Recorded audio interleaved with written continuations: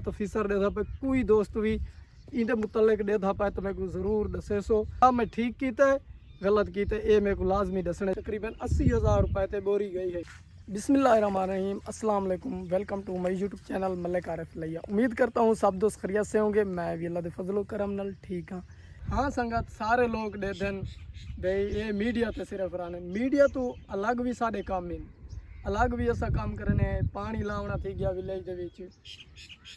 बाकी ढी सारे जो जे काम इन जेड़े असा माल मवेशी रखे हुए होंदे ये असा ओ टाइम मीडिया ते देने हैं जेड़ा साढ़े को अजाफी टाइम होंदे कि टुरन फिरन को थोड़े नाल गपशप लेने हैं। तो आपको जेड़ी मैं आगे ना तिल्ली दिखे ना माशाअल्लाह ते डबल स्टिक भी ते चैना वाली भी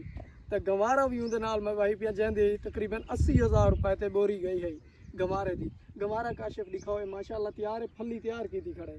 नज़दीक मान के तो गवारे का व्यू भी देने हैं चैना वाली तिल्ली का ही सिंगल स्टिक का ही सारिया का दे के इस तो बाद वाला तो मैं दसे ना भी कितना कितना खर्चा इन्हों के उत्ते। हाँ दोस्तों पानी अगा आ गए माशाअल्लाह घाह पिला के बला ले सू तिल्ली देवी तिल्ली दिखा काशिफ ये है चैना वाली तिल्ली जड़ा बूटा मरेंदी है इनकी औसत ज़्यादा होंगी है ये पक्के रकबे ते कामयाब है जड़ा साडा विलेज का रकबा है ना ये नॉर्मल है पिया। तो माशाअल्लाह ये फल भी बहुत ज़्यादा चाहे हुए माशाअल्लाह चैना वाली तिल्ली है पई ते 4 एकड़ दे विच मैं 4 बोरी खाद दी है केड़ी दी है 2 बोरियां यूरिया 2 बोरियां गवारा खाद। तो बाकी जड़ी सिंगल स्टिक तिल्ली है तो उनको मैं कितनी खाद दी है उनको इतनी खाद दी है 4 बोरियां खाद दी है 4 किले वो है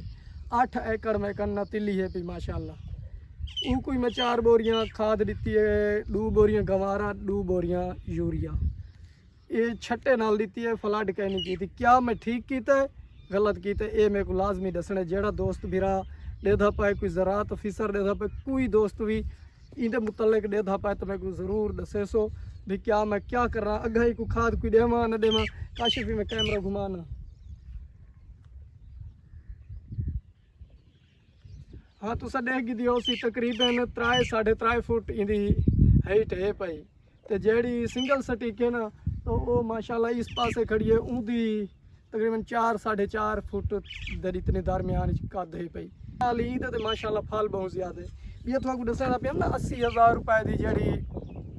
बोरी गवारे की विकती है आओ थोक फल दिखो ना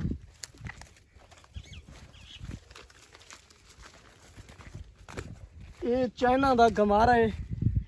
इहदा फल देखो माशाल्लाह इतने दे पाए अच्छा तो ये चाइना का गवारा है ये सारा इको कितना खर्चा थी खड़े इंदे ते टोटल खर्चा थी खड़े मेरा बीजे का खर्चा है तो बाकी इंदे ते हिक पानी लगा हुए तो यूरिया का अद्धा गट्टू दिता हुए हिक 9 कनाल ते इंदे विच कितने फायदे जेड़े सरेकी या जेड़े इत्थों दे शहरों के विच वन के विकदी है ना चीज़ वो क्या विकदी है आओ दिखाओ एडे ते फायदे ये फली वन के विकदी है शहरों के विच जेड़ी ये है पई ये फली इंदा वन के ना सालन बनते बहु भी ये पी ते बहु अच्छा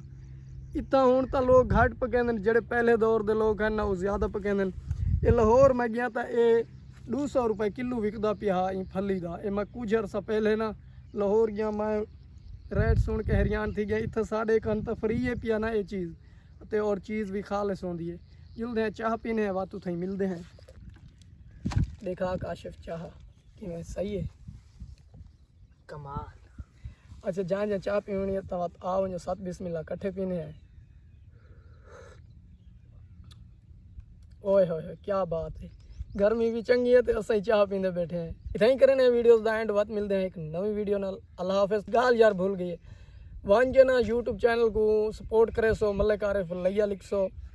फेसबुक पेज ते देते पे तो फॉलो करे सो टिकटॉक अकाउंट ते देते पे तो उत्थे ही फॉलो करे सो सपोर्ट करे सो तो सपोर्ट कराने का बहुत बहुत शुक्रिया। बाकी